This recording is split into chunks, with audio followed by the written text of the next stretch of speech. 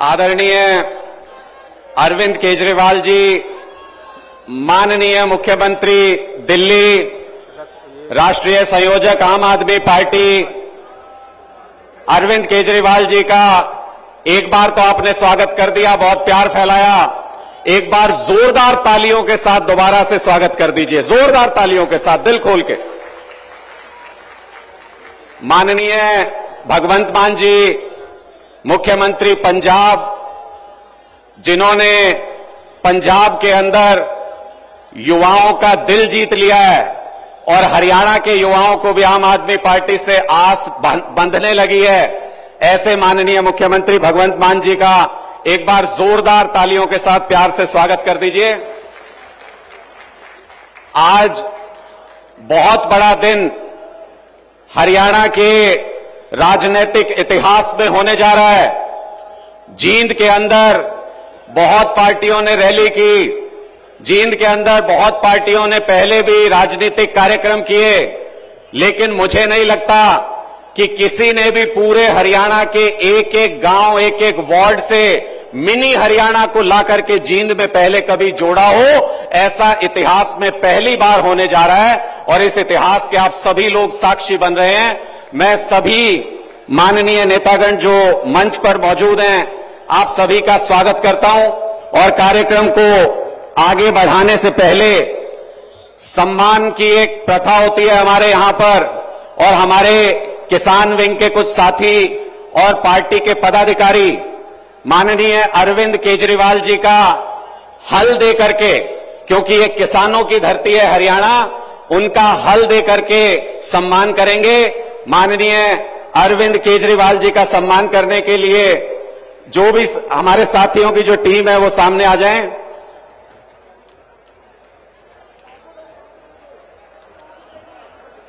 जोरदार तालियां आपकी तरफ से आनी चाहिए।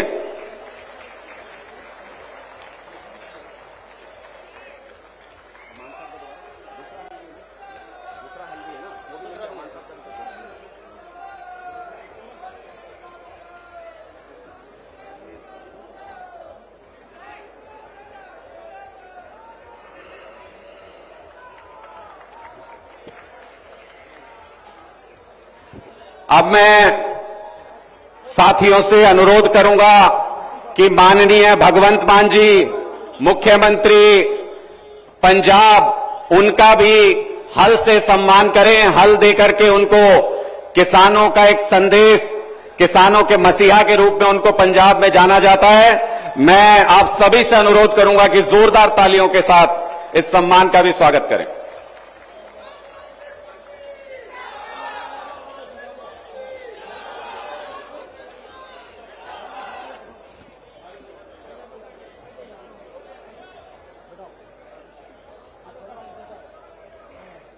बहुत ज्यादा समय ना लेते हुए आपका और आपके और हमारे प्यारे नेताओं के बीच में दीवार न बनते हुए मैं सबसे पहले इस कड़ी में आमंत्रित करूंगा उस शख्स को जिसने हरियाणा के संगठन को आप सभी के साथ प्यार प्रेम से जोड़ते हुए, सभी को बराबर सम्मान देते हुए, सबको साथ लेते हुए एक एक कड़ी को जोड़ते गए और आज हरियाणा के अंदर इतना बड़ा संगठन आम आदमी पार्टी का खड़ा हो गया है। मैं माननीय सुशील गुप्ता जी जो अध्यक्ष हैं हरियाणा आम आदमी पार्टी के, उनका स्वागत करता हूं और उनको आमंत्रित करता हूं कि वो अपनी बात रखें।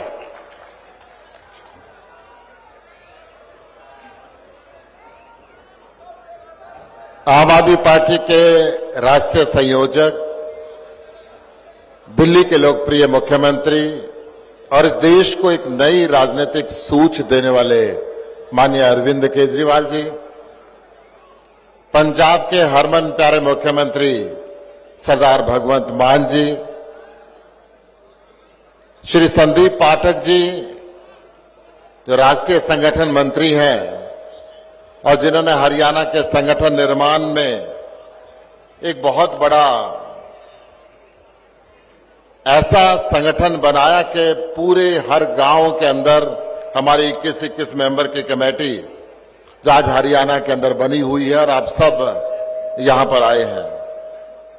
मंच पर बैठे हुए अनुराग ढांडा जी, बलबीर सिंह सैनी जी, हमारे सारे पदाधिकारी, आज ये बदलाव रैली का आयोजन किया है।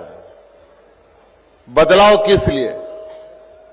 बदलाव हरियाणा के अंदर जो समस्याएं हैं उन व्यवस्थाओं का आमूलचूल परिवर्तन करने के लिए मैं माननीय अरविंद केजरीवाल जी से निवेदन करना चाहूंगा कि हरियाणा के अंदर मुख्य तौर पे 10 बड़ी समस्याएं हैं। सबसे पहले बेरोजगारी है। आज हरियाणा के हर गांव में, हर घर के अंदर बेरोजगार नौजवान है।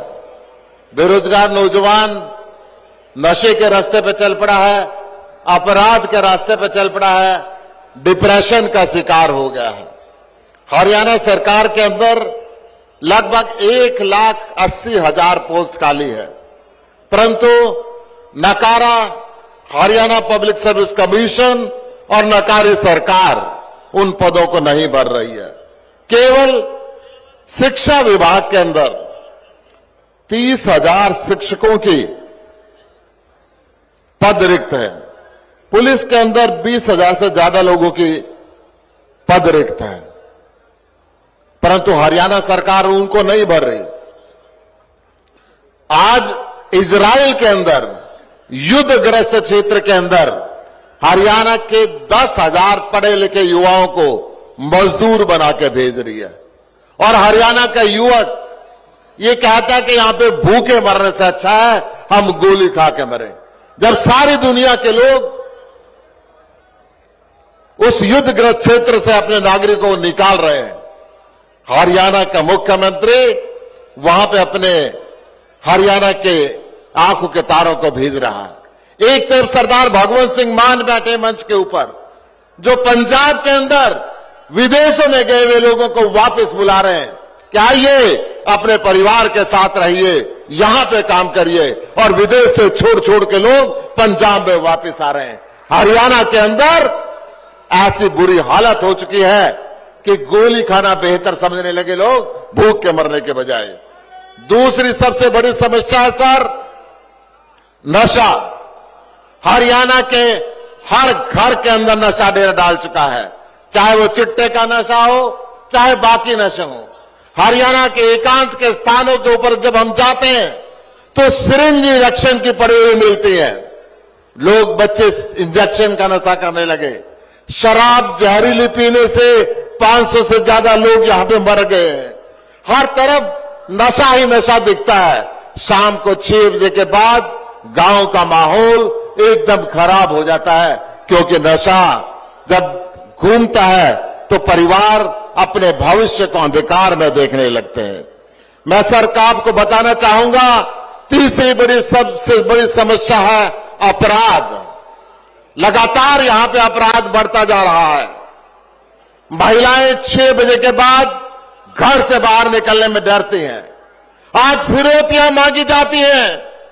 हरियाणा के अंदर 30-30, 35-35 राउंड गोली चला के फिरौती मांगने की 2-2 करोड़ की चिट्ठी फेंकी जाती है कि फिरौती दे दो, नहीं तो अगली बार ये गोली आपके सीने के अंदर लगेगी। और हरियाणा पुलिस लाचार, हरियाणा सरकार लाचार, कुछ भी काम नहीं कर पा रही।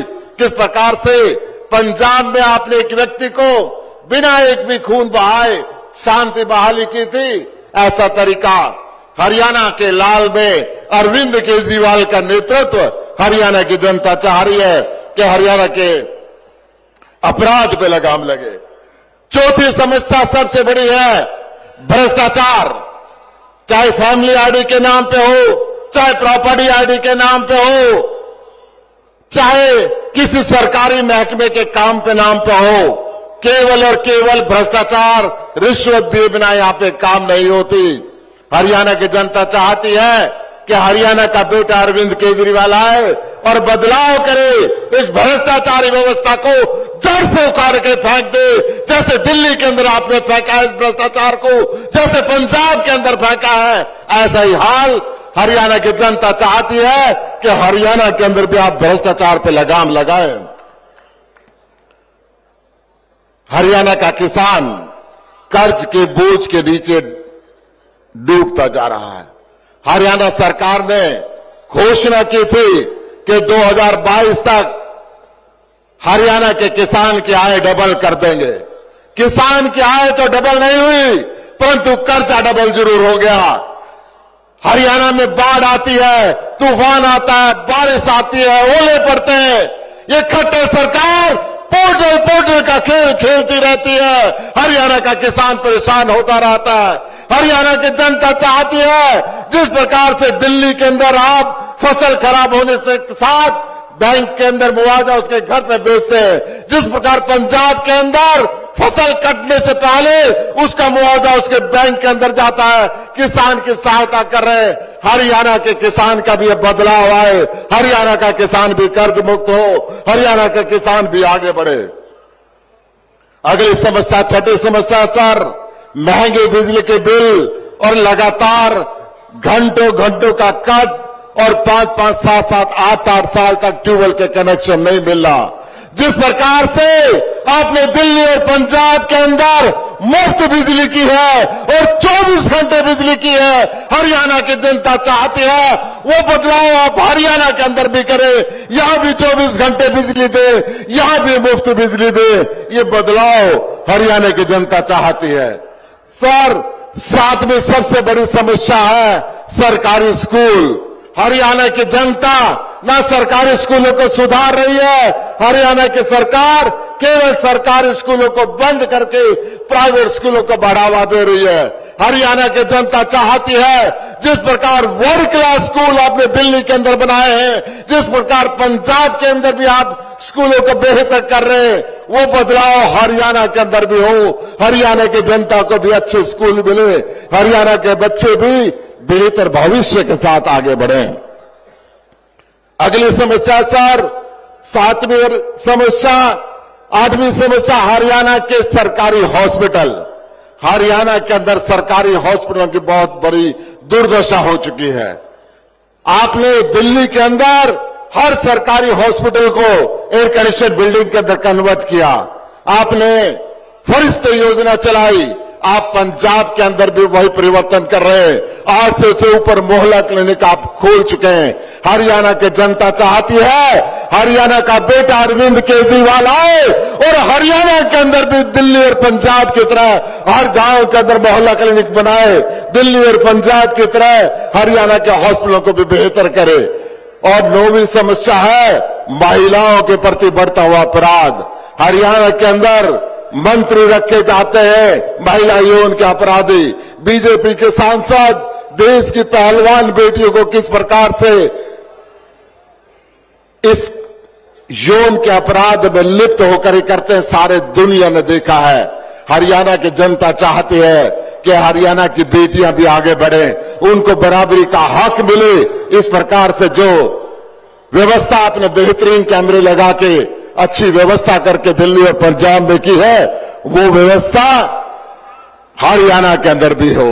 और अंतिम समस्या है महंगाई। हर घर का गुजारा चलना मुश्किल हो गया है। दिल्ली के अंदर आप मिनिमम वेजेस 19,500 रुपए देते हैं, फिर भी दिल्ली सबसे सस्ती है। पंजाब के अंदर भी आपने महंगाई पर लगाम लगा दिया है।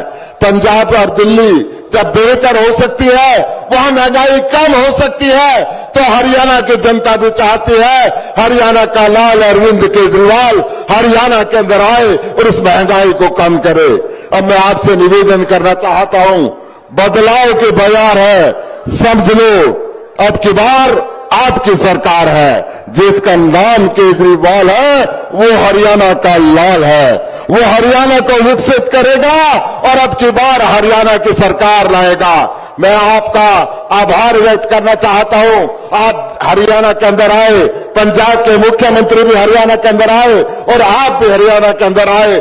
हरियाणा के लोगों को बहुत ज्यादा उम्मीद है कि दिल्ली और पंजाब के बाद जो विकसित होना चाहिए वो क्षेत्र हरियाणा है। और इस दफा आप हरियाणा की कमांड संभाले, हरियाणा का बदलाव करें। जय हिंद, जय हरियाणा।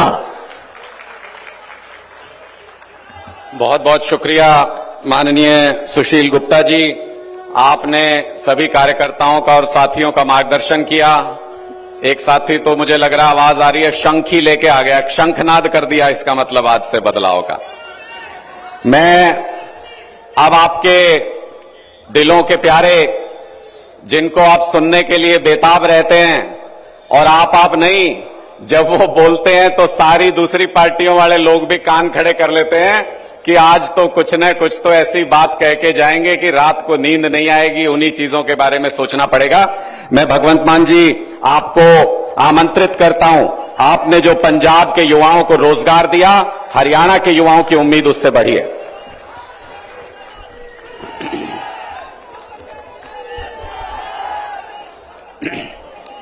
बहुत बहुत शुक्रिया, बहुत बहुत धन्यवाद।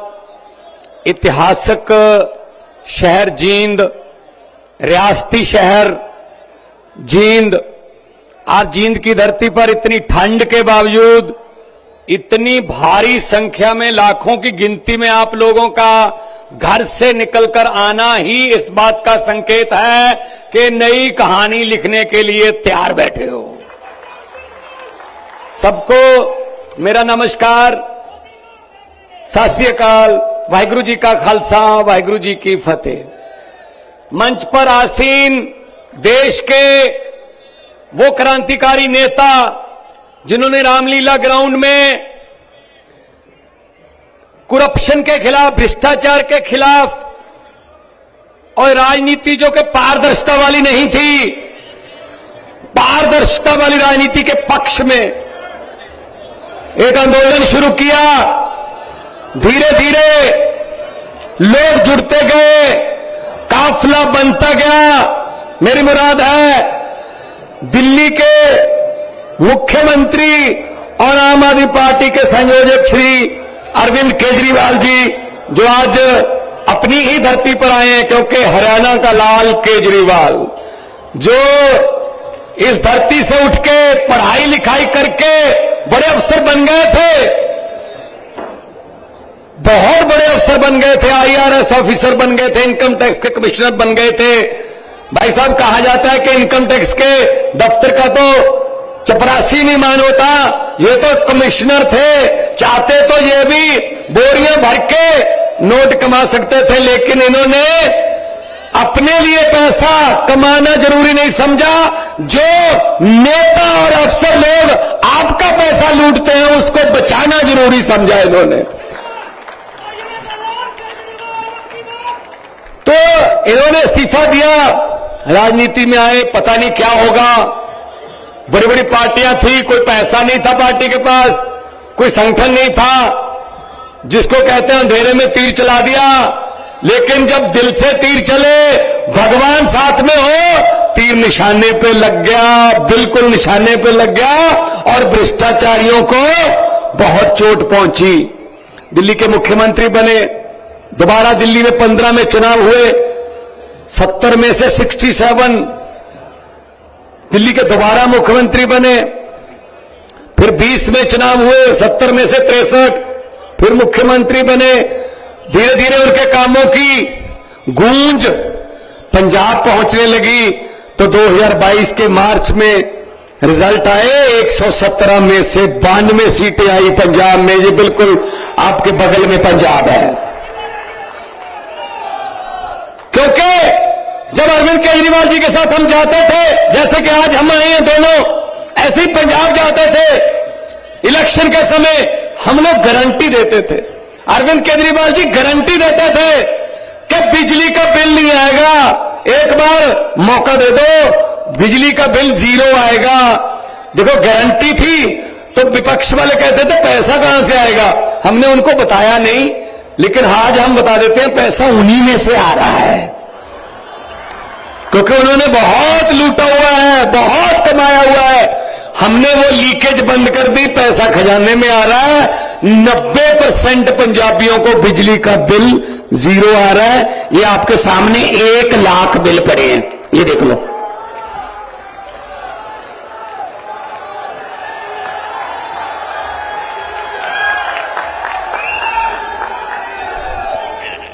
ऐसे कोई ला सकता है? ऐसा कोई सरकार दिखा सकती है बिल? और ये बिल पंजाब के नहीं है, ये खनौरी, शतराना और समाना, जो आपके बिल्कुल साथ में बगल में पंजाब है, उसी के बिल है। 1 लाख है सिर्फ। पूछ लेना अपने रिश्तेदारों से। टोहाना, जाखल, फतेहाबाद, डबवाली, अंबाला, पेहेवा पंजाब के साथ सटा हुआ है, बहुत सी रिश्तेदारियां हैं। पूछ लेना बिजली का बिल पंजाब में कितना आता है। अगर थोड़ा इधर जाना है, रोहतक की तरफ, झज्जर की तरफ, बहादुरगढ़ की तरफ, तो दिल्ली वालों से पूछ लेना बिजली का बिल का कितना आता है, क्योंकि सरकारें दोनों एक पार्टी की हैं और सफाई एक ही झाड़ू से की हुई है जनता ने। अगर तो ये चाहिए तो अरविंद केजरीवाल, अगर धर्म की, जाति की, नफरत की राजनीति चाहिए, वो हैं भाई साहब, पहले वाले हैं जो पिछले 70 साल से लूट रहे हैं। पता ही नहीं है कुछ, अपने रिश्तेदारों के घर भर लिए, जनता बेरोजगार रह गई। आपको सुन के हैरानी हो गई, अभी 20 महीने हुए हैं पंजाब में सरकार बने हुए, 20-21 महीने हुए हैं, 42,000 नौकरियां देके आपके सामने खड़ा हूं। 42,000 सरकारी नौकरियां। ये गुप्ता जी कह रहे थे 1.5 लाख तो जी हम 2 साल में कर देंगे पूरी, और अफसर बन रहे हैं लोग, अफसर। कोई सिफारिश नहीं चलती, नंबर आ गए ना। अगर 700 नंबर का पेपर है, आपके 680 आ गए, तो ये चिंता करने की जरूरत नहीं है कि मेरे बाप के पास पैसे नहीं है, जब मेरे बाप को कोई एमएलए नहीं जानता, इसलिए 680 वाला बेरोजगार रह जाएगा। 500 नंबर, 550 वाला किसी एमएलए को जानता होगा, जो उसके पास पैसा होगा वो नौकरी ले जाएगा। इस बात की चिंता करने की जरूरत नहीं है। पंजाब में सरकार आपका दरवाजा खटखटाती है कि आइए, आपकी नौकरी आपका इंतजार कर रही है। काम करने हैं तो ऐसा करो, वरना ना करो। हम लोग तो, मैं कलाकार था, बहुत फेमस कलाकार था, मुझे कोई पैसे की कमी नहीं थी। मेरे साथ के जो साथी हैं मेरे कलाकार, बहुत अच्छे अच्छे फिल्मों में पैसे कमा रहे हैं। अरविंद जी अफसर थे, गुप्ता जी हमारे बहुत बड़े चार्टर्ड अकाउंटेंट, बहुत सारे, ये संदीप पाठक जी, ये हमारे आईआईटी के प्रोफेसर, लंदन से पढ़े हुए प्रोफेसर थे आईआईटी के। और जितने भी हमारे बैठे नेतागण, ये कोई ना कोई काम छोड़ के आए हैं भाई साहब, ये कोई ना कोई काम छोड़ के आए हैं। और हम आपको बताना चाहता हूं, मैं 92 में से पंजाब में 80 पहली बार एमएलए बने हैं, 92 में से 80। और एक बात और बताना चाहता हूं, हम लोग तो मिट्टी से आए हैं भाई। एक बार पत्रकारों ने मुझसे कहा आप बहुत ऊंचा चले गए। मैंने कहा जी क्या हो गया फिर, आपको डर नहीं लगता? मैंने कहा किस बात का? आप कहीं नीचे आ गए तो? मैंने कहा जी 40-40 फुट डूंगे बोर दे टोया चो निकल के आया, इदू थल्ले तक पानी है हूं, उदू थल्ले की जावांगे हूं। ना हमें गहराई से डर लगता है, ना हमें ऊंचाई से डर लगता है। डर लगता है तो उस भगवान से डर लगता है कि वो जितनी इज्जत बना के रखी है इतनी ही कायम रख दे, भले ही बढ़े ना लेकिन कम ना हो, उस इज्जत को बचा के रखे, समत बख्शे। जनता के पक्ष में फैसले लेने वाला पेन जनता के पक्ष में ही चलता रहे, यही दुआ करते हैं।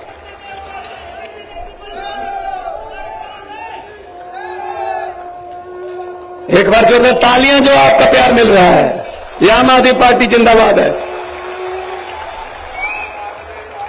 ये क्या समझते हैं अपने आप को? इनको लगता है हमें कोई हरा ही नहीं सकता, कई पीढ़ियों से जीत रहे हैं हमें नहीं कोई हरा सकता। हमारा दादा भी परदादा भी था, आगे हमारा बेटा आ रहा है, आगे भतीजा आ रहा है, आगे भूआ फुफ्फा सब आ रहे हैं, कोई हरा ही नहीं सकता। ये गलत फहमी में थे। जरा बॉर्डर पार करके पंजाब में पूछ लेना, ये बादल गांव पास में ही पड़ता है डब्बाली के, पूछ लेना, पूरे का पूरा परिवार हार गया भाई साहब। जनता है, जनता, ये पब्लिक है, सब जानती है। जनता जब चाहे आदमी अर्श पर, और आज ऊपर जाके अर्श पर जाके हंकार करे तो जनता कहती है आजा बेटा फर्श पर।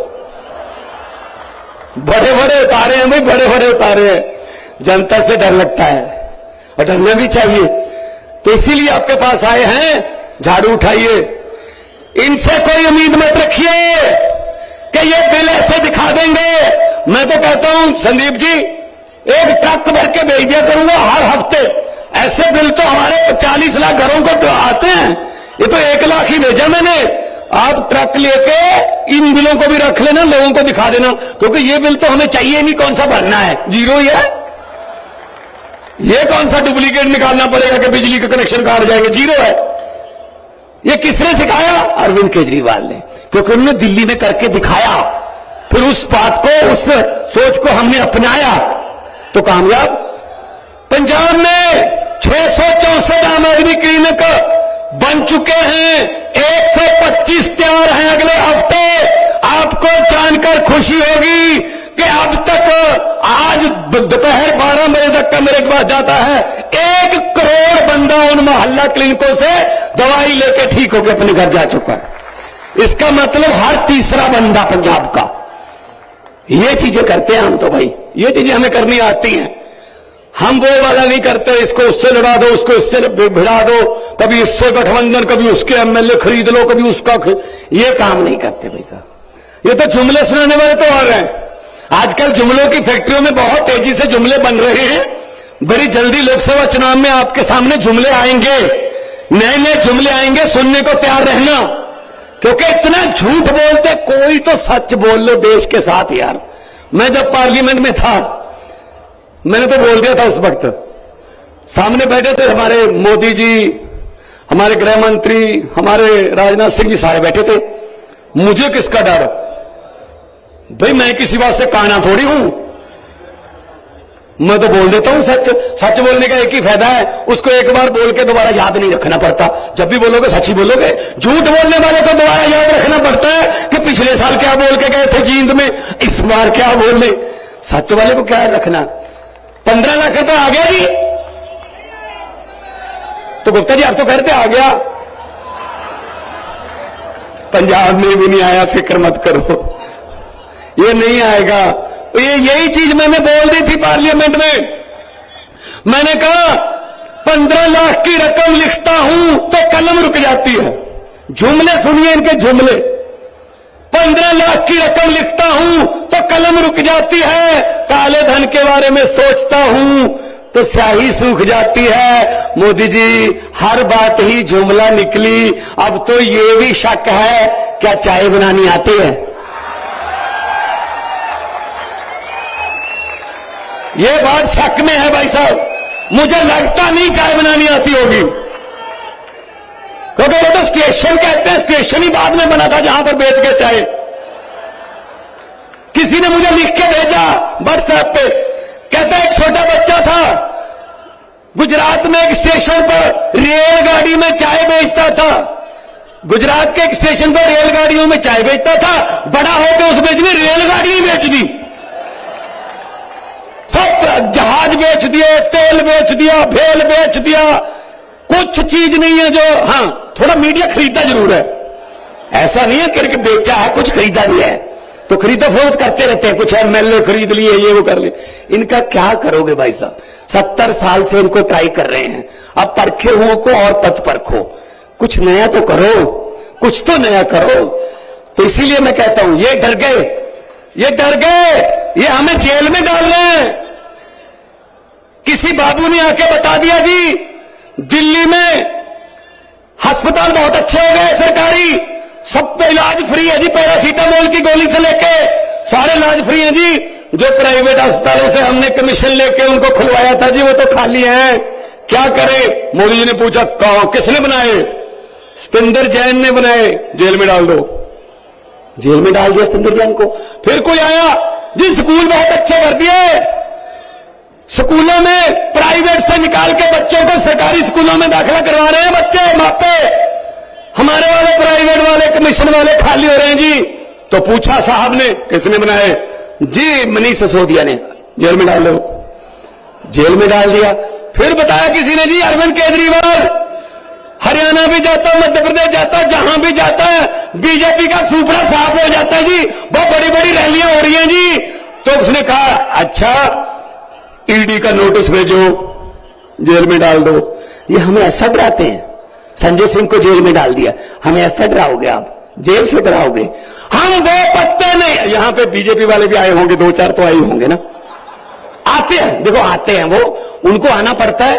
बताना होता ना कि क्या हो रहा था, किसने क्या बोला, नारे कितनी जोर से लग रहे थे, तालियां कितनी जोर से बज रही थी, उनको बताना पड़ता है। अगर है ना यहां पे, मैं उनको ये बात कहना चाहता हूं कि भगवंत मान जींद आया था, ये बात बोल के गया था कि हम वो पत्ते नहीं जो शाख से टूट कर गिर जाएं, हम वो पत्ते नहीं जो शाख से टूट कर गिर जाएं। बीजेपी की आंधियों को बोल दो औकात में रहें। हमको डराने की कोशिश मत करो, हम किसी और मिट्टी के बने हुए हैं। हम देशभक्त लोग हैं, हम नेशनलिस्ट लोग हैं, हम झंडे को प्यार करते हैं, देश को प्यार करते हैं। ये पंजाब ही है, छोटा भाई है पंजाब का, हरियाणा, इकट्ठे ही थे सब। भाई साहब बॉर्डर तो हमारा लगता है ना 532 किलोमीटर पाकिस्तान के साथ। हमारे अग्निवीर, हमारे फौजी जवान खड़े हैं ना अपना सीना तान के। गोली जब भी देश की तरफ आती है पहले हमारे सीने में आती है। भाई साहब इनको क्या पता है यार देश का, ये हमें देशभक्ति के सर्टिफिकेट बांटने वाले कौन होते हैं ये? तो इसलिए मैं कह रहा हूं, उठो जागो, ये मत कहा करो हमने क्या लेना है। भाई हम नहीं लेना है। अगर भगत सिंह ये सोचते हमने क्या लेने का, याद होते लाला लाजपत राय जी का आज उनका जन्मदिन है। आज लाला लाजपत राय जी अगर सोचते मैंने क्या लेना है, उन्होंने लाठियां खाई थी अंग्रेजों से। अरे भाई साहब उन्होंने खून दिया हमारे लिए। हम क्या कर रहे हैं? हम कुछ भी नहीं करना, कोई गोली नहीं चलानी, कुछ नहीं करना। एक ऐसा बक्सा होता है जिस दिन वोट पड़ेंगे ऐसी होगा, पर्दा लगा होगा, एक बटन दबा देना, झाड़ू वाला बटन दबा देना और उसमें से एक आवाज आएगी, टी ऐसे आवाज आएगी। उसको मशीन की चीख मत मानना, उसको बीजेपी और कांग्रेस वालों की चीखें मान लेना बस। इन्होंने हमारी चीखें बहुत निकलवाई हैं, बदला लो इनसे, और कोई चारा नहीं है, और कोई चारा नहीं है। तो पंजाब में नौकरियां मिल रही हैं, पंजाब में बिजली आम है। एक बात और अच्छी हुई पंजाब में, आमतौर पे क्या होता है, सरकार आती है, सरकारी अदारों को घाटे में दिखाती है, अपने दोस्तों को भेज देते हैं। लेकिन पंजाब सरकार ने उल्टी गंगा बहाई है। 1 जनवरी को अनाउंस किया, अभी अरविंद केजरीवाल साहब जाएंगे, उसका पूर्ण रूप में हमारे अंदर जो काम करेगा वो गोविंदवाल साहब, खडूर साहब ने गोविंदवाल साहब वाला थर्मल प्लांट प्राइवेट सरकार ने खरीदा है कि हम चला के दिखाएंगे इसको। आपसे नहीं चल रहा, हम चला के दिखाएंगे। नीयत साफ हो तो सब कुछ हो सकता है। इसीलिए आपके पास आए हैं कि आप साथ दीजिए और जनता का साथ आएगा। हम तो जनता के लिए काम करने वाले लोग हैं, हम कोई लॉबिंग करने नहीं आए। हमारा कोई रेते की खड्ड में हिस्सा नहीं है, हमारा कोई बसों ट्रांसपोर्टों में हिस्सा नहीं है, हम कोई किसी व्यापार में हिस्सा नहीं डालते। हिस्सा डालते जरूर है लेकिन जनता के दुखों सुखों में हिस्सा डालते हैं। सियाने कहते हैं खुशियां बांटने से दुगनी हो जाती है और दुख बांटने से आधे रह जाते हैं। हम आपके दुख आधे करेंगे, खुशियां दुगनी करेंगे। और इतना प्यार आप लोगों ने दिया, दिल से ये बात निकल रही है कि अक्सर लोगों को कहते सुना है जिंदा रहे तो फिर मिलेंगे, लेकिन इस पंजाबी दिल ने कहा है मिलते रहे तो जिंदा रहेंगे। मैं तो आता जाता ही रहूंगा। संगरूर, ये संगरूर की धरती से तो निकले हैं, ये जींद रियासत, ये रियासत की राजधानी संगरूर थी। पेप्सू के समय बुजुर्ग पुराने बैठे होंगे, याद होगा। तो आपसे आग्रह है, दोनों हाथ ऊपर उठा के ऐसे नारे लगाओ कि इधर तो चलो अपना ही राज है, इधर दिल्ली में उनका है ऊपर वाला राज, वहां तक आवाज पहुंचे और उनके दीवारों के और उनकी खिड़कियों के जो शीशे हैं ना वो थोड़ा कांपने लगे कि हाँ यार आज जींद में कुछ हो रहा है। दोनों हाथ ऊपर उठा के इनकलाब, थोड़ा सा और कर दो, रोहतक तो टपाओ ना। इनकलाब, भारत माता की वंदे, बोले सोनिहाल। बहुत बहुत धन्यवाद, बहुत बहुत मेहरबानी, इतने प्यार सत्कार से सुना। जिंदा रहिए, लंबी आयु हो आपकी, खुशियां आए, तरक्कियां आए। बहुत बहुत धन्यवाद। बहुत बहुत शुक्रिया माननीय भगवंत मान जी, हरियाणा से आए हुए कोने कोने से आप चर्चा कर रहे थे कि दोनों तरफ राज है हमारा। तो मुझे एक बात याद आ गई। एक आदमी मेरे पास आया था, बोल रहा था जी एक तरफ दिल्ली में मजे ले रहे हैं लोग, मुफ्त की बिजली ले रहे हैं, एक तरफ पंजाब में मजे ले रहे हैं लोग, मुफ्त की बिजली ले रहे हैं, हमारा क्या कसूर है हरियाणा के लोगों का? तो मैंने कहा भाई कसूर तुम्हारा नहीं है, कसूर तुम्हारी उंगली का है। गलत जगह बटन दबा के आते हो। जिस दिन झाड़ू पे बटन दबाना सीख जाओगे उस दिन यहां भी मुफ्त हो जाएगा। इससे पहले कि मैं अरविंद केजरीवाल जी को आमंत्रित करूं, मैं आप लोगों को बता दूं कि अरविंद केजरीवाल जी अपना संबोधन करेंगे। उसके बाद माननीय संदीप पाठक जी शपथ ग्रहण करवाएंगे हम सभी साथियों को कि एक अच्छा सुनहरा विकसित हरियाणा हम बना सके किस तरीके से, और उसके बाद राष्ट्रगान का कार्यक्रम होगा। इससे पहले कि मैं अरविंद केजरीवाल जी को बुलाऊं, मैं आप लोगों को कुछ याद दिलाना चाहता हूं। आप लोग रोजाना सुनते होंगे खबरों में कि ये अरविंद केजरीवाल जी को जेल भेजना चाहते हैं, सत्येंद्र जैन जी को जेल भेज दिया, मनीष सिसोदिया जी को जेल भेज दिया। मैं आपसे पूछना चाहता हूं, थोड़ा दिमाग लगा के सोचना, और सारे हरियाणा के लोग सोचियो दिमाग लगा के कि जमीन थोड़ी बट रही है अरविंद केजरीवाल जी की बीजेपी आड़ा गेल और मोदी गेल के दुश्मनी है इन सारे की। याद करना वो दिन जिस दिन हरियाणा के सारे किसान और पंजाब के सारे किसान दिल्ली की धरती पे गए थे अपना हक मांगने के लिए। उस दिन जेल में बंद करने का प्रोग्राम बना लिया था बीजेपी की सरकार ने आप लोगों को। सबको स्टेडियमों में बंद करना चाहते थे। अरविंद केजरीवाल जी के पास फाइल आई, बीजेपी वाले बोले थारी सरकार गिरा देंगे, कल से तुमने सरकार चलान नहीं देंगे, हर हालत में तुमने इस फाइल पे साइन करने पड़ेंगे। तब आपके बेटे ने, आपके खून ने, अरविंद केजरीवाल जी ने तब पेन तोड़ दिया, कलम तोड़ दी, बोले साइन नहीं करूं, बेशक फांसी तोड़ दो। आज तक बीजेपी वाले दुश्मनी निभा रहे हैं। आज तक बीजेपी वाले रोजाना धमकियां देते हैं, सरकार गिराने की साजिशें करते हैं। लेकिन मैं सिर्फ एक बात कहना चाहता हूं अरविंद केजरीवाल जी, आपको मंच पर आमंत्रित करने से पहले, जो मैं आपकी शख्सियत है, मगर रुक नहीं सकते, टूट सकते हैं मगर झुक नहीं सकते। माननीय अरविंद केजरीवाल जी, जोरदार तालियों के साथ स्वागत कीजिए।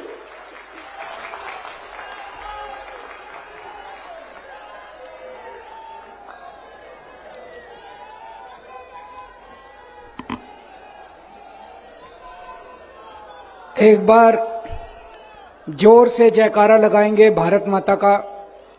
सारे जने मुट्ठी बंद करेंगे, हाथ ऊपर करेंगे और पूरे दिल से बोलेंगे भारत माता की, भारत माता की, इनकलाब, इनकलाब, वंदे वंदे।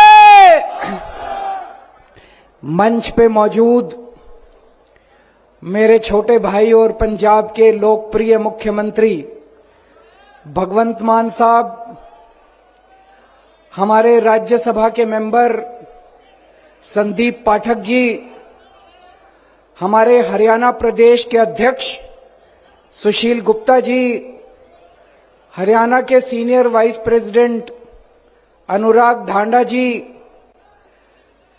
मंच पे बैठे हुए आम आदमी पार्टी के संगठन के सभी पदाधिकारीगण और हरियाणा के कोने कोने से आए हुए इतनी बड़ी संख्या में मेरे प्यारे भाइयों बहनों, माताओं, बुजुर्गों, बच्चों, आप सबको मेरा प्रणाम, सबको मेरा नमस्कार। मैं देख रहा हूं इतनी भारी संख्या में, इतनी ठंड में इतने सारे लोग बैठे हैं। 1 लाख के ऊपर लोग होंगे आज इस मैदान के अंदर, और अभी भी मैं देख रहा हूं लोग अंदर आ ही रहे हैं, लोगों का तांता लगा हुआ है, अंदर आ ही रहे हैं। और अभी जब हम लोग आ रहे थे रास्ते में, इतने और लोग सड़कों के ऊपर से लोग आ रहे हैं इस तरफ। जितने लोग अंदर हैं उतने ही लोग कम से कम भाई साहब बाहर होंगे।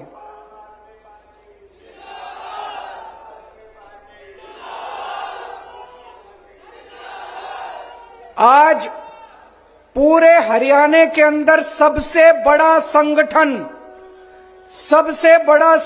आपका है जी, आम आदमी पार्टी का है। इतना बड़ा संगठन बीजेपी का भी नहीं है, कांग्रेस का भी नहीं है, जेजेपी का भी नहीं है, किसी पार्टी का इतना बड़ा संगठन नहीं है जितना बड़ा आज आम आदमी पार्टी का संगठन बन गया है। हर गांव के अंदर 15 से 20 लोगों की कमेटी तैयार हो गई है, हर गांव के अंदर, हर वार्ड के अंदर। और पूरे हरियाणा के अंदर लगभग 1.25 लाख पदाधिकारी बन गए आम आदमी पार्टी के। 1.25 लाख पदाधिकारी।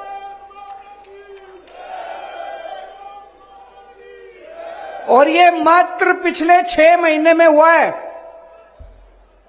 क्यों हुआ? आज हरियाणा के अंदर लोग इतने दुखी हैं, इतने दुखी हैं सारी पार्टियों से। 75 साल में सारी पार्टियां देख ली, ये वाली पार्टी भी देख ली, ये वाली पार्टी भी देख ली, वो वाली पार्टी भी देख ली। सारी पार्टियों ने अपना घर भरने के सिवा कुछ नहीं करा जी। केवल अपना घर भरा, इतने पैसे कमा लिए, 7 पुश्तें इनकी घर बैठ के खाएंगी। आज लोगों को एक ही पार्टी पे भरोसा हो रहा है, आम आदमी पार्टी पे। क्यों? हरियाणा के इस तरफ पंजाब है, इस तरफ दिल्ली है।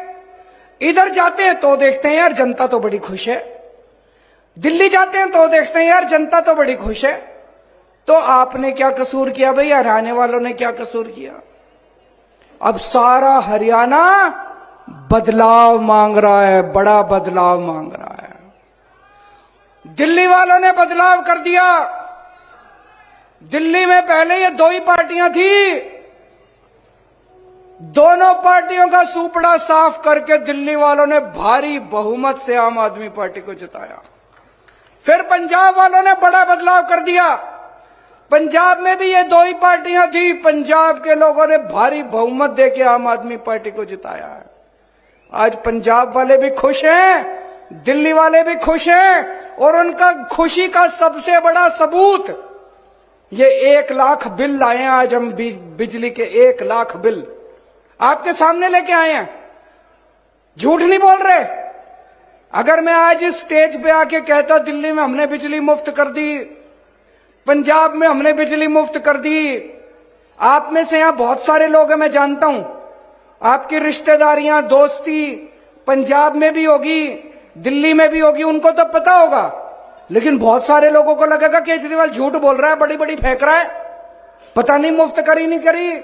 भाई साहब ये 1 लाख लोगों के बिल लेके आए हैं। दिल्ली में भी लोगों की बिजली मुफ्त है, 0 बिजली के बिल आते हैं। जैसे मैं बताता हूं आपको, ये बिल है मेरे पास।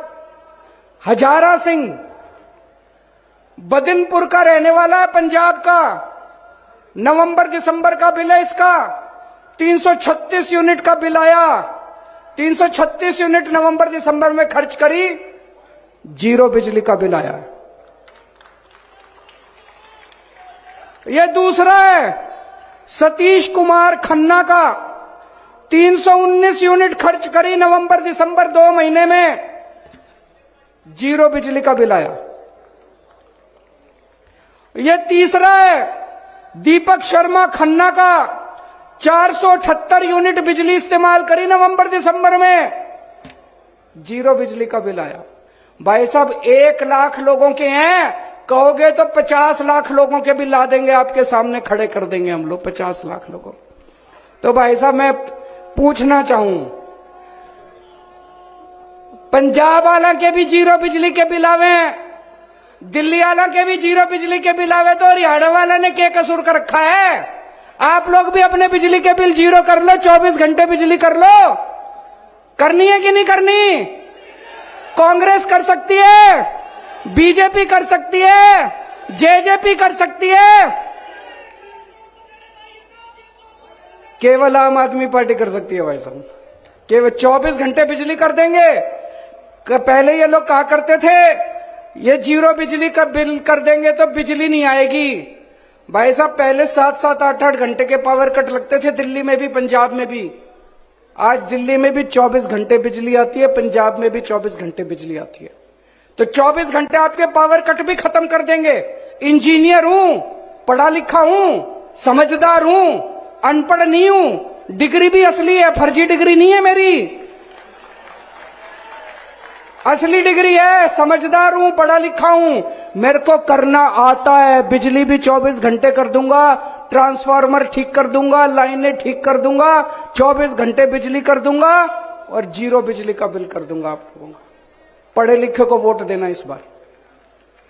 मेरे को पता चला अभी थोड़े दिन पहले जब हम चुनाव के लिए पंजाब में घूमा करते थे, बहुत लड़के आते थे हमारे पास, रोजगार नहीं है जी, रोजगार नहीं है जी, रोजगार नहीं है जी। टंकी पे चढ़े होते थे, धरने प्रदर्शन कर रहे हैं, एक साल से धरने प्रदर्शन कर रहे हैं, दुखी हैं पंजाब के। 2 साल हुए अभी सरकार बने, भगवंत मान ने 42,000 बच्चों को सरकारी नौकरी दे दी, 42,000 बच्चों को। अभी तो नई नई सरकार है, अभी तो पैर जमा रहे हैं हम पंजाब में, नई नई सरकार है। 42,000 बच्चों को सरकारी नौकरी दे दी, पंजाब में ही दी है। उनको ये नहीं कहा इजराइल चले जाओ। खट्टर साहब के पास हरियाणा के बच्चे गए, उनको इजराइल भेज रहे हैं नौकरी लेने के लिए, मजदूरी करने के लिए। हमारे हरियाणा के बच्चों को इजराइल भेज रहे हैं। इजराइल कौन भेजता है? इजराइल में युद्ध चल रहा है, बम पड़ रहे हैं ऊपर से। 2 मिनट जान का नहीं पता, आदमी खड़ा होगा, अचानक बम आके गिर जाएगा, आदमी मर जाएगा। हमारे बच्चों को मरने के लिए भेज रहे हो खट्टर साहब इजराइल। आप नौकरी नहीं दे सकते, कुर्सी छोड़ दो, हम नौकरी देके दिखाएंगे, हमको नौकरी देनी आती है। मान साहब को नौकरी देनी आती है, केजरीवाल को नौकरी देनी आती है, आम आदमी पार्टी वालों को नौकरी देनी आती है। हमारे बच्चों को इजराइल मत भेजो, बच्चों को मरने के लिए इजराइल मत भेजो। मेरे को बड़ा दुख हुआ जब मैंने पढ़ा, आप नौकरी नहीं दे सकते। इजराइल में अभी जितने दूसरे देशों के लोग रह रहे हैं, उन देशों के लोग अपने लोगों को निकाल रहे हैं, बाकी जितने देश हैं वो इजराइल से निकाल रहे हैं। भाई इस युद्ध में हमारे लोग ना मर जाएं। और ये एक मुख्यमंत्री खट्टर साहब हैं जो अपने लोगों को मरने के लिए इजराइल भेज रहे हैं। आप कुर्सी छोड़ दो खट्टर साहब, आपसे नहीं होता तो ऐसे लोगों को आने दो जो नौकरी दे सकते हैं। आप लोगों से पूछना चाहता हूं, यहां 1 लाख लोग बैठे हैं, कौन कौन बेरोजगार है या किस किस के घर में बेरोजगार है? हाथ खड़े करके बताएं। इतने बड़े स्तर पे मैं आपसे पूछना चाहता हूं, आपने ऐसे लोगों को क्यों सत्ता में बिठा रखा है जो नौकरी नहीं दे सकते? ऐसे लोगों को सत्ता में लाओ ना जो नौकरी दे सकते हैं, जिन्होंने दिल्ली में नौकरी देके दिखाई है, पंजाब में नौकरी देके दिखाई है। ऐसे लोगों को सत्ता में लेके आओ। आज बीजेपी को सबसे ज्यादा खतरा आम आदमी पार्टी से है। सबसे ज्यादा खतरा इन लोगों का आम आदमी पार्टी से है।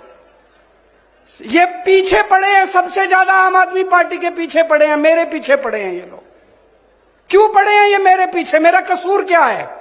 क्यों पड़े हैं ये आम आदमी पार्टी के पीछे? हमारा कसूर क्या है? हम इस देश की शिक्षा व्यवस्था बदलना चाहते हैं, ये हमारा कसूर है, इसलिए हमें जेल डालना चाहते हैं। हम इस देश की स्वास्थ्य व्यवस्था, अस्पताल ठीक करना चाहते हैं। हम गरीबों को मुफ्त दवाइयां देना चाहते हैं, गरीबों का मुफ्त में इलाज करना चाहते हैं, इसलिए ये पीछे पड़े हैं। हम आपकी बिजली ठीक करना चाहते हैं, हम आपको मुफ्त बिजली देना चाहते हैं, इसलिए पीछे पड़े हैं। हम आपको 24 घंटे बिजली देना चाहते हैं, आपका भ्रष्टाचार खत्म करना चाहते हैं, इसलिए पीछे पड़े हैं। आज हम भी अगर इनकी तरह पैसे खाने लग जाएं और थोड़े पैसे इनको भेज दें, ये कहेंगे केजरीवाल बड़ा अच्छा, चलती रहेगी हमारी सरकार। क्यों पीछे पड़े हैं ये? इसीलिए हमारे पीछे पड़े हैं। जब से राजनीति में आया हूं मैं, अब हमको लगभग 10 साल हो गए राजनीति में आए हुए, जब से राजनीति में आए हैं तब से ये हमारे पीछे पड़े हैं। आज आम आदमी पार्टी है, सबसे ज्यादा नेता इन्होंने आम आदमी पार्टी के इन्होंने जेल के अंदर डाल रखे हैं। 2015 में हमारी सरकार बनी थी दिल्ली में, कितनी बार कानून ला के कानून हमने स्कूल ठीक करने चालू कर दिए, अस्पताल ठीक करने चालू कर दिए, सड़कें ठीक करनी चालू कर दिए, बिजली ठीक कर दी, पानी ठीक कर दिया, सड़कें ठीक कर दी दिल्ली के अंदर।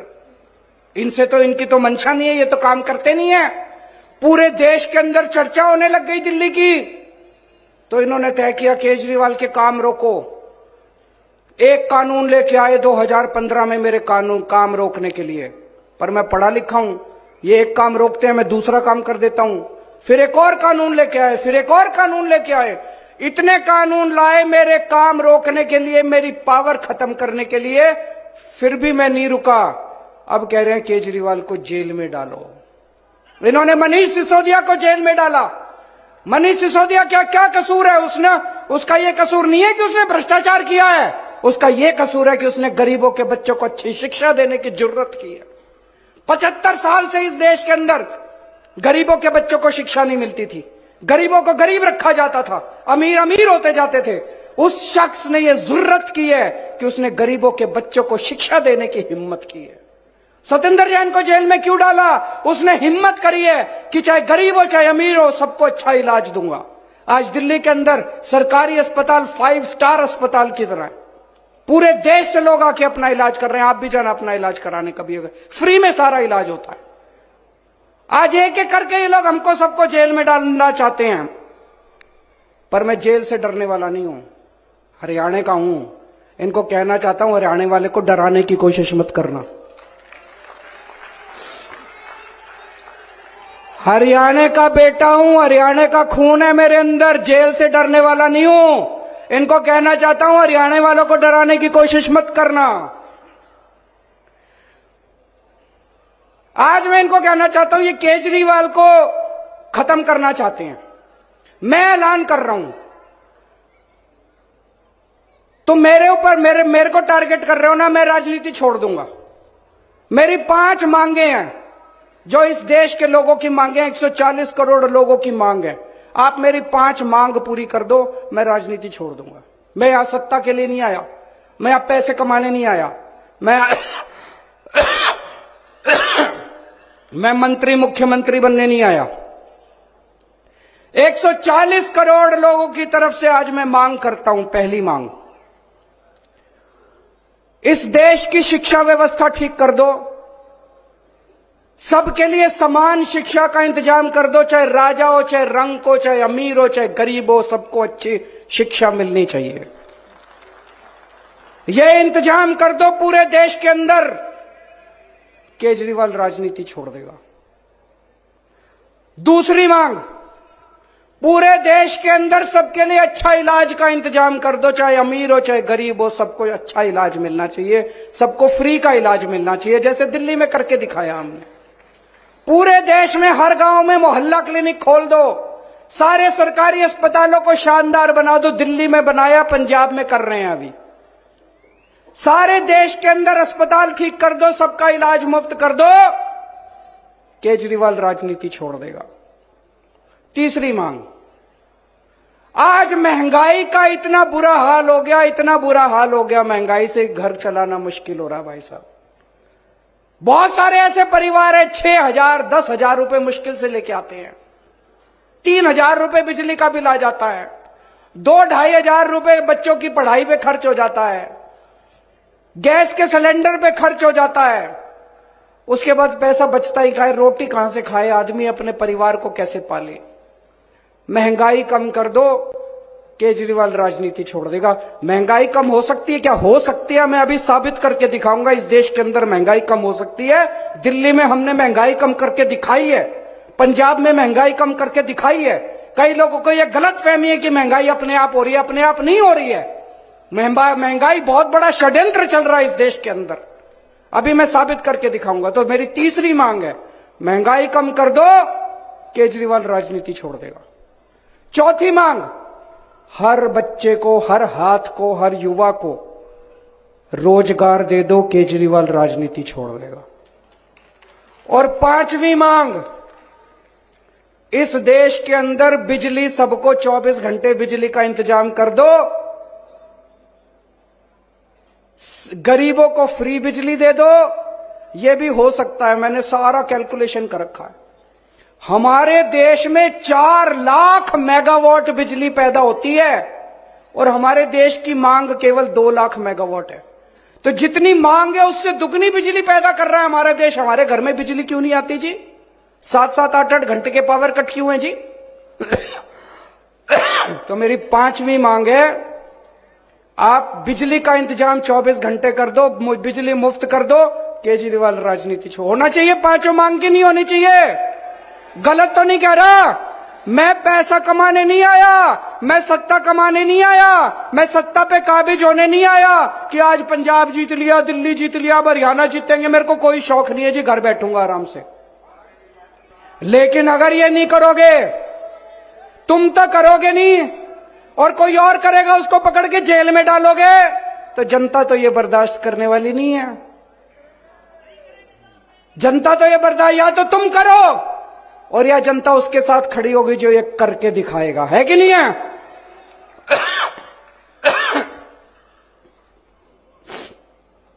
भाई साहब, कट्टर देशभक्त हूं मैं, कट्टर ईमानदार हूं और राम जी का भक्त हूं। आज दिल्ली और पंजाब का शासन, हम राम राज की जो अवधारणा है, भगवान राम ने जो रामायण के अंदर जो अवधारणा लिखी हुई है, उसके हिसाब से हम दिल्ली और पंजाब का प्रशासन चला रहे हैं। हनुमान जी के भक्त हैं हम लोग, सत्ता के लिए नहीं आए, सेवा करने के लिए आए हैं। आज इन्होंने पूरी ताकत लगा रखी है केजरीवाल को गिरफ्तार करने के लिए। मेरे ऊपर इनकम टैक्स छोड़ रखा है, सीबीआई छोड़ रखी है, ईडी छोड़ रखी है, इनकम टैक्स, दिल्ली पुलिस छोड़ रखी है, पता नहीं आईबी, रॉ, क्या क्या एजेंसी छोड़ रखी है मेरे ऊपर। ऐसे लग रहा है जैसे सबसे बड़ा आतंकवादी इस देश का केजरीवाल है, सबसे बड़ा। ऐसे कर रखा है इन्होंने, इन लोगों ने कि केजरीवाल को पकड़ो। आतंकवादी मैं नहीं हूं, आतंकवादी ये लोग हैं जिन्होंने इतनी महंगाई कर रखी है चारों तरफ। आज महंगाई सबसे बड़ा आतंक है, हर घर के अंदर आतंक फैला पड़ा है, घर का खर्चा नहीं चल रहा। गलत तो नहीं कह रहा भाई साहब? सबसे बड़ा आतंक आज महंगाई है। महंगाई क्यों है? बिजली महंगी क्यों है? बिजली महंगी इसलिए है क्योंकि बिजली कंपनियों से इनकी सेटिंग है, बिजली कंपनियां इनके दोस्त की हैं, बिजली कंपनियां रेट बढ़ाती हैं और ये कुछ नहीं करते। दिल्ली में भी पहले बिजली महंगी थी, हमारी सरकार आने के बाद तो बिजली मुफ्त हो गई। कैसे हो गई जी? ठीक कर दिया इन बिजली वालों को, इन बिजली कंपनी वालों को ठीक कर दिया। तो बिजली महंगी इसलिए इनकी बिजली कंपनियों से सेटिंग है। आज पेट्रोल महंगा क्यों है, डीजल महंगा क्यों है? तेल की कंपनियां इनके दोस्तों की है, तेल की कंपनी वालों से इनकी सेटिंग है, तेल इन्होंने जानबूझ के महंगा कर रखा है। आज शिक्षा महंगी क्यों है? प्राइवेट स्कूल वाले फीस क्यों बढ़ा देते हैं? क्योंकि शिक्षा माफिया के साथ इन लोगों की सेटिंग है। स्कूल वाले फीस बढ़ाते हैं, इनकी सरकारें कुछ नहीं करती। दिल्ली के अंदर फीस बढ़ा के दिखाएं स्कूल वाले, मैं देखता हूं कैसे बढ़ाते हैं फीस स्कूल वाले। आज स्वास्थ्य माफिया, हेल्थ सेक्टर, आज दवाइयां महंगी क्यों है? क्योंकि इनकी सेटिंग है दवाई वालों के साथ। आज सड़क पे चल जाओ, हर जगह टोल ही टोल, टोल ही टोल। भगवंत मान ने पंजाब में सारे टोल बंद करा दिए क्योंकि हमारी सेटिंग नहीं है। अगर हम बंद करा सकते हैं, हर क्षेत्र में इन लोगों की सेटिंग है, इसलिए महंगाई है। तो आतंकवादी तो तुम हो, तुमने आतंक मचा रखा, आतंकवादी केजरीवाल थोड़ी है। ये हमें जेल इसलिए नहीं भेज रहे कि हमने भ्रष्टाचार किया है, ये जेल हमें इसलिए भेज रहे हैं क्योंकि हमने बिजली कंपनियों का भ्रष्टाचार बंद करके बिजली मुफ्त कर दी है। ये जेल हमें इसलिए नहीं भेज रहे कि हमने भ्रष्टाचार किया है, ये जेल हमें इसलिए भेज रहे हैं क्योंकि शिक्षा माफिया बंद करके हमने आपके बच्चों के लिए अच्छी शिक्षा का फ्री में इंतजाम कर दिया है। ये जेल हमें इसलिए नहीं भेज रहे क्योंकि हमने भ्रष्टाचार किया है, ये जेल हमें इसलिए भेज रहे हैं क्योंकि हमने आपके परिवार के लिए मुफ्त में अस्पतालों के अंदर दवाइयों का और इलाज का इंतजाम कर दिया है। दोस्त, भ्रष्टाचार हमने नहीं किया, भ्रष्टाचार तुम लोगों ने किया है।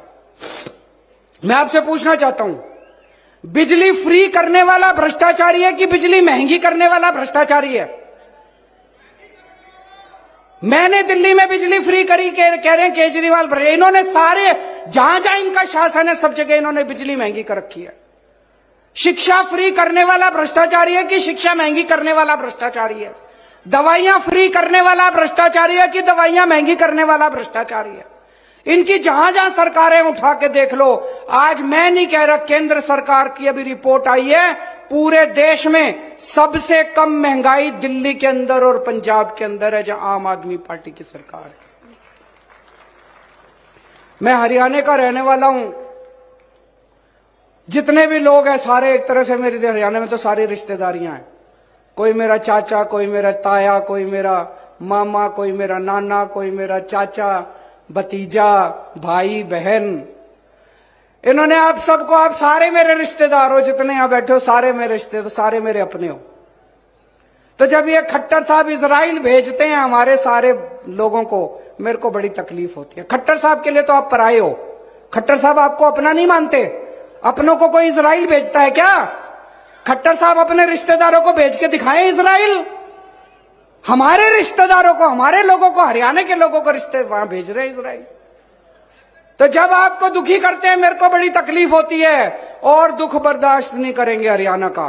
आपके साथ मिलके, हरियाणा के सब लोगों के साथ मिलके अब हरियाणा को ठीक करेंगे। हरियाणा को नंबर 1 राज्य बनाएंगे पूरे देश का। अभी लोकसभा के चुनाव आ रहे हैं। लोकसभा के चुनाव में आप सब लोग जानते हैं किस तरह से इंडिया गठबंधन बना है। इंडिया गठबंधन में जो भी हमारा वो होगा, उनके साथ सहमति होगी, उसके हिसाब से हम चुनाव लड़ेंगे।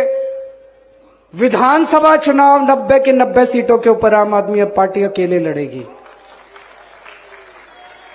विधानसभा चुनाव सरकार बनाने के लिए लड़ेंगे। अब ये नहीं है, तो बड़ा दुख होता है, इधर भी आम आदमी पार्टी की सरकार, इधर भी आम आदमी पार्टी की सरकार, तो बीच वालों ने क्या कसूर करा? आपके हाथ में है, बटन दबा के इस बार हरियाणा में भी आम आदमी पार्टी की सरकार बनाना। अक्टूबर में चुनाव है। अक्टूबर के चुनाव में 90 की 90 सीटों के ऊपर आम आदमी पार्टी चुनाव लड़ेगी और आम आदमी पार्टी की सरकार बनेगी। ऐसा मुझे पूरा विश्वास है। आप लोगों का आशीर्वाद है। जब दिल्ली सुधर रही है, पंजाब सुधर रहा है, तो हरियाणा का तो मैं बेटा हूं, हरियाणा का भी तो उद्धार होना चाहिए। भारत माता की। डॉक्टर संदीप पाठक जी को मैं बुलाता हूं कि वो शपथ के लिए एक बार सभी अपनी अपनी जगह पर खड़े हो जाएं। सभी अपनी अपनी जगह पर खड़े हो जाएं और शपथ के तुरंत बाद राष्ट्रगान होगा, उसके बाद ही हम वेन्यू से निकलेंगे। आप सबको मेरा प्रणाम है। अब हम शपथ लेंगे हरियाणा में एक नई राजनीति लाने के लिए, और इन पुरानी राजनीतिक लोगों को और इन पार्टियों को बाहर हटाने के लिए हम सबको अपनी जिम्मेदारी निभानी पड़ेगी। हम सबको प्रतिज्ञा लेना पड़ेगा। आइए हम सब मिलकर एक प्रतिज्ञा लेते हैं। सरकार बनाने में, आम आदमी पार्टी की सरकार बनाने में हम सब की जिम्मेदारी बनती है। हम सब प्रतिज्ञा लेंगे। मैं बोलते जाऊंगा, आप मेरे पीछे पीछे उसको दोहराते जाइएगा। मैं हरियाणा की धरती को साक्षी मानकर यह शपथ लेता हूं कि आम आदमी पार्टी द्वारा निर्देशित सभी गतिविधियों का निष्ठापूर्वक पालन करूंगा। मैं पार्टी के किसी भी कार्यकर्ता के प्रति या पार्टी द्वारा दिए गए कार्यों में बिना पक्षपात किए सच्ची निष्ठा से अपने कर्तव्य का निर्वहन करूंगा। मैं पद, प्रतिष्ठा और पैसे के मोह से दूर रहकर हरियाणा में बदलाव लाने के लिए, हरियाणा को एक बार फिर महान बनाने के लिए अपने खून का एक एक कतरा न्योछावर कर दूंगा। मैं शपथ लेता हूं कि हरियाणा को भ्रष्टाचार से मुक्त करने, हरियाणा के सभी नौजवानों को रोजगार के लिए, हरियाणा में अच्छी शिक्षा, स्वास्थ्य लाने के लिए, हरियाणा के किसानों के हक के लिए, हरियाणा के सभी वर्गों के सम्मान के लिए, हरियाणा के सभी लोगों को सुखी और संपन्न बनाने के लिए आम आदमी पार्टी की सरकार बनाने में मैं अपना सब कुछ न्योछावर कर दूंगा। भारत माता की। आप सबका बहुत बहुत धन्यवाद।